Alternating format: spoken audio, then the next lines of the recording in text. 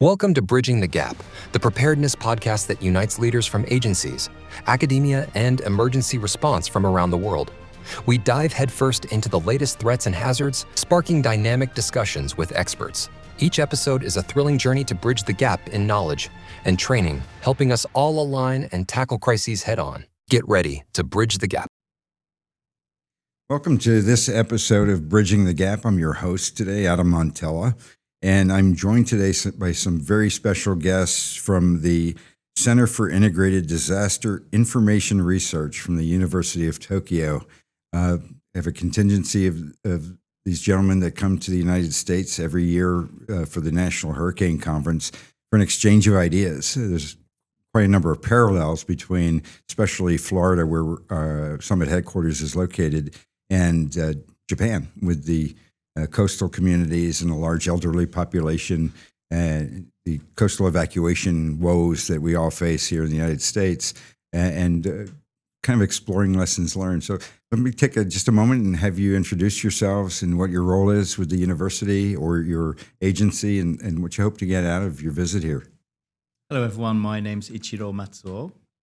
Yes, so thanks very much, Adam, for hosting us today. And as I said, my name is Ichiro Matsuo. I'm a visiting professor at the Disaster Prevention Research Institute at the University of Tokyo, where I look at evacuation behavior, disaster prevention planning, and related topics. And I'm here this year ahead of the National Hurricane Conference to see what has happened in Florida in the past year in some of the major hurricanes, and what are some of the lessons we can take back and hopefully apply to Japan. So I'm very glad to be here. Fantastic. And who else do we have with us? Yes, so hello, my name is Tomoo Inoue, and I come here today from Kyoto University, where I am a professor looking at, in particular, policies for climate adaptation. I was previously in the River Planning and Disaster Management Bureau in the Ministry of Land, Infrastructure and Transport. That was my previous role before assuming a professorship at Kyoto University. Well, welcome. Thank you. Yeah, thank you very much, Adam. My name is Himeno. And I'm working for the Coastal Research Institute, which is directly under the Ministry of Land, Infrastructure and Transportation. And some of my specialities include looking at hard measures, infrastructural measures to protect against water damage, and as well as risk mapping and inundation mapping. So it's great to be here this time in Florida. Welcome. Yeah, I'm delighted to be here as well. My name is Jiro Kakehashi, and I am a government in the Ministry of Land, Infrastructure and Transport, where while my division does look at water disaster management from an overarching perspective, I'm particularly involved in planning for flooding and so that kind of plan-making side of disaster management.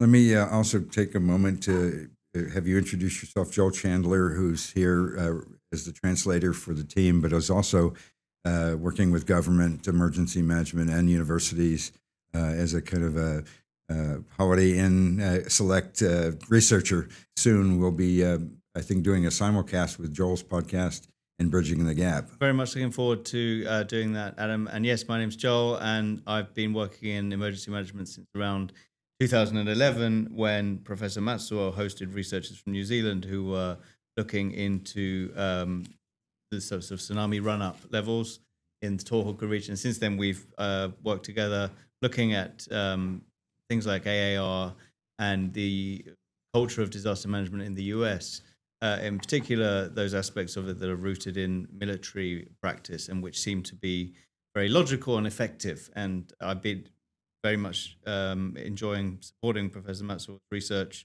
And obviously, living in Japan, I myself have experienced big earthquakes, such as the Great East Japan earthquake disaster in 2011, and obviously other disasters. Well, welcome, and thank you all for being here. I have to admit, when you contacted me about picking my brain about the recent disasters, I was very intrigued. But out of today's engagement and conversation we've had, I've learned a lot from you and your work in Japan as well. And there was a lot of similarities to some of the issues that we face here in the United States that you're grappling with as well. So it makes me feel better that it's not just us trying to struggle with these issues, but it is a global problem of coastal evacuation, of dealing with special needs populations. So, what is your biggest takeaway you want to get out of your visit this time? I know you come every year to the National Hurricane Conference and talk to people from around the world, exchange ideas. And each year I know you come before the conference and visit a disaster-stricken area to learn about the response, lessons learned that you can bring back to Japan. What's your kind of focus this year? So yes, thank you for your interest. And the survey this time was to focus on those events where people have unfortunately lost their lives recently. And as you're well aware, in Japan, we have earthquakes, we have tsunamis, we have what we call typhoons, the name we give to that, what is a hurricane here.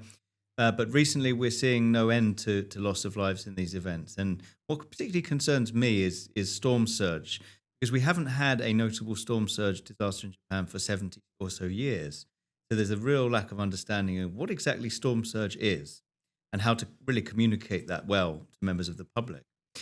So on this survey this time in Florida, we are really focusing on those three events, Debbie, Helene, and Milton, that happened last year, where people very unfortunately did lose their lives, to really try and focus on what kind of damage happened and to take some valuable learnings back with us to Japan. And at the National Hurricane Conference next week, what I really love about it is it's a chance for all those people from different levels. You've got the national government, the county, from weather forecasters to technical engineers, all getting together in one space. That's something I think where you get a real cross-pollination of ideas. And so we're really excited about that. Fantastic. Science always seems to be the great normalizer across nations. And the science of emergency management, the science of disaster preparedness is no exception to that. I also enjoy the Hurricane Conference for that attribute, not just to learn about what we're doing here, but there's so many lessons to be learned across the globe. And as I mentioned earlier in the podcast, Japan in particular, because of the inland rivers and waterways that we face here in Florida.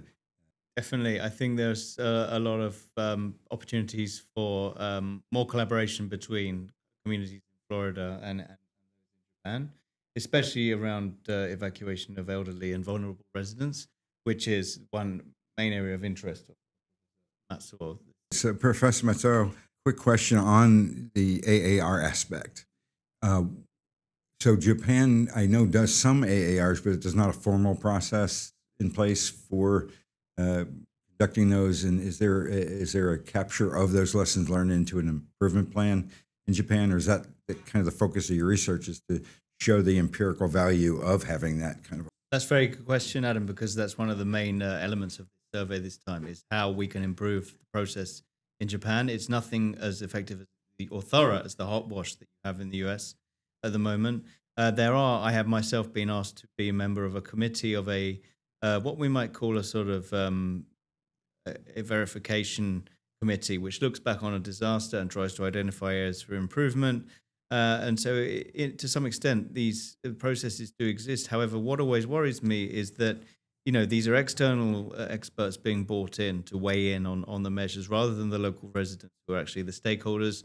And I think no matter how high your level of expertise is, if you haven't got any sort of personal skin in the game, that kind of compromises the process slightly, in my opinion. I was asked to be a member of a committee where a landslide killed 39 people after a typhoon in an island called Oshima in the Pacific off Japan. And I was asked to be an expert, and I wondered, really, what is it that I'm bringing here? I'm not a resident. I don't live there.